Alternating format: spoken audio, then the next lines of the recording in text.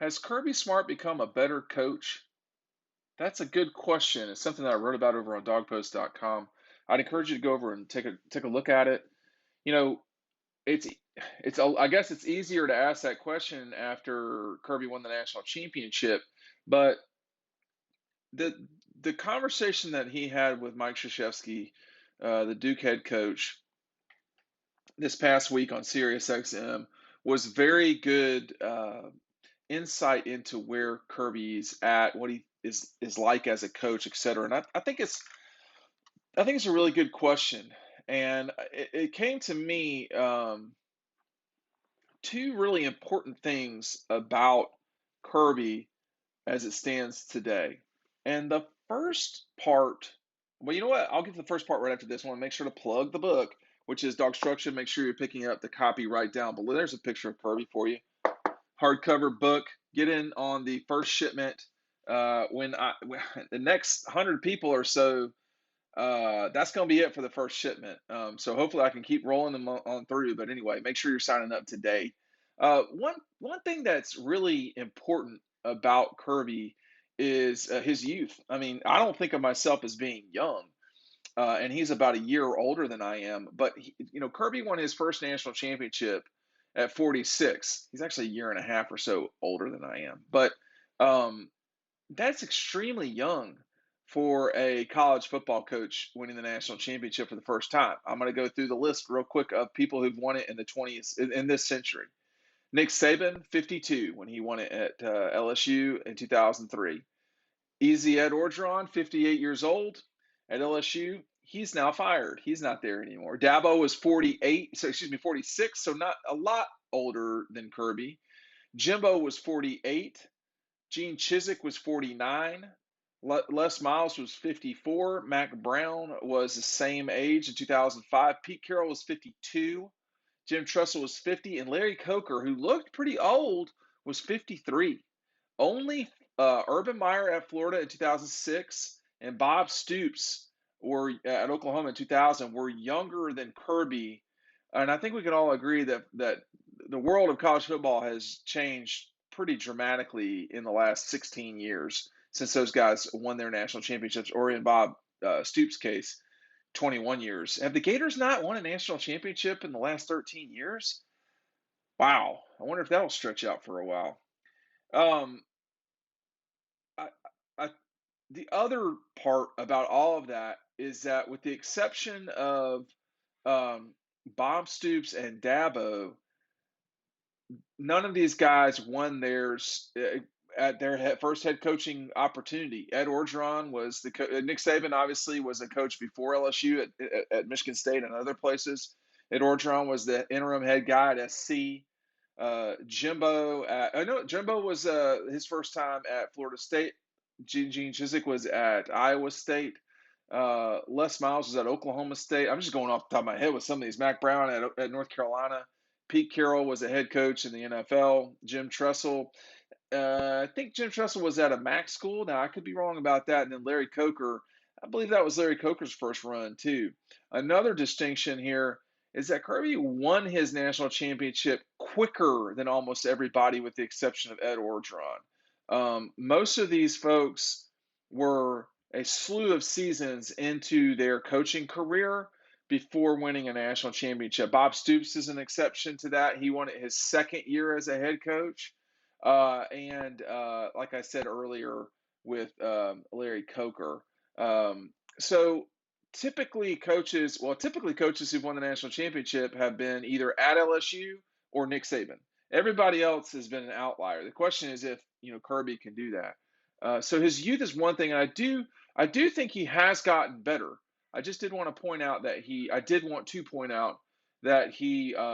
is pretty young in the coaching game. I mean, if he coached till 60, he would have another 14 seasons to go. He could coach both of his sons at Georgia, all right, and then some by the time he would retire and be 60. I mean, Nick is whatever he is, almost 70 something. And so I don't think it would be abnormal for Kirby to go at least that long. But hey, whatever. Let me get to my second point, which is probably more important.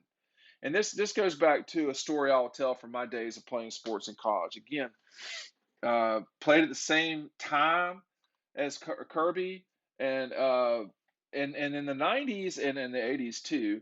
The how do you put it? The focus of working was a huge part of collegiate athletics. I mean, you really were supposed to work the whole time. That's something Kirby talked about with Krzyzewski along the way. And here's what he said about that particular part. He said, "I want I want the culture to be right. I think that's one of the most important things there is in your workplace, especially with today's day and age of athletes. They really look at culture and is this fun? I don't always look at things when I played as being fun. It was hard, yeah, it was hard. It was not fun."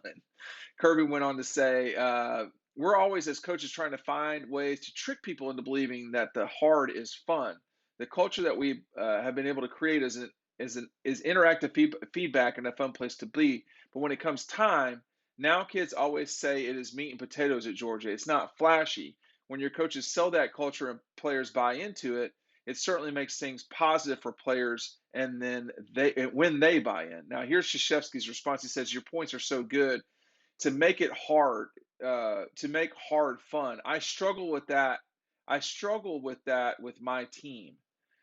Even the guys on my staff, my former players, would say, 'Coach, it needs to be harder. Like you were harder,' talking about back in the day. And I say back to them, I am being hard. These guys want to have fun, right? That's the point, Kirby. So how do you do that?"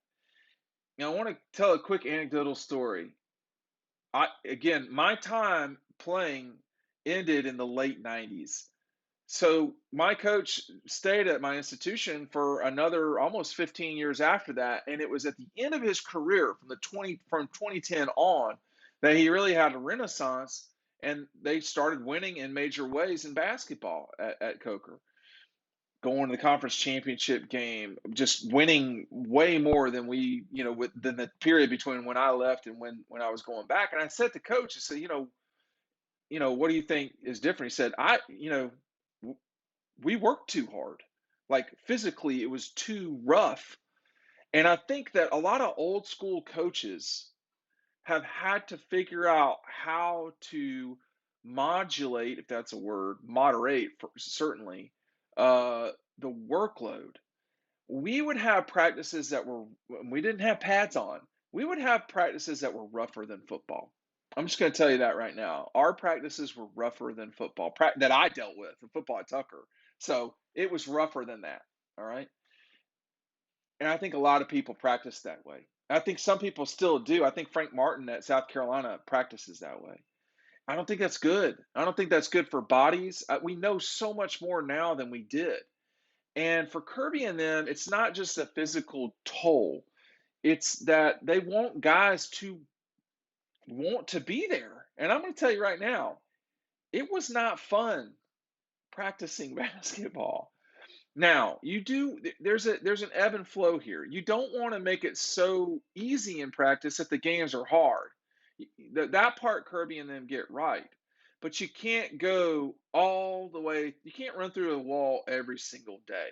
And that was the challenging part, I think, about playing in the '90s, whether it was tennis, where in the summer it was not abnormal for us to be on the court 6 to 8 hours in a day. 6 to 8 hours. That's manual labor.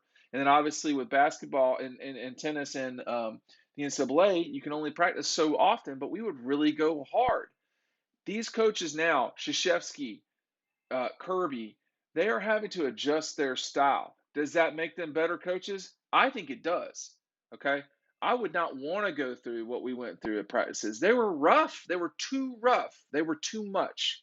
Now, it made you extremely tough as a person. But in terms of winning basketball games and winning football games, no, it didn't. It didn't turn. We lost when we shouldn't have at the end of seasons. Why? Because we were run down. And coach realized that and he adjusted. Then they started winning in big ways. They weren't more talented than we were. Definitely not. I could see the kids. We had guys that played on the NBA, or at least one guy who was an NBA guy. played overseas for a decade.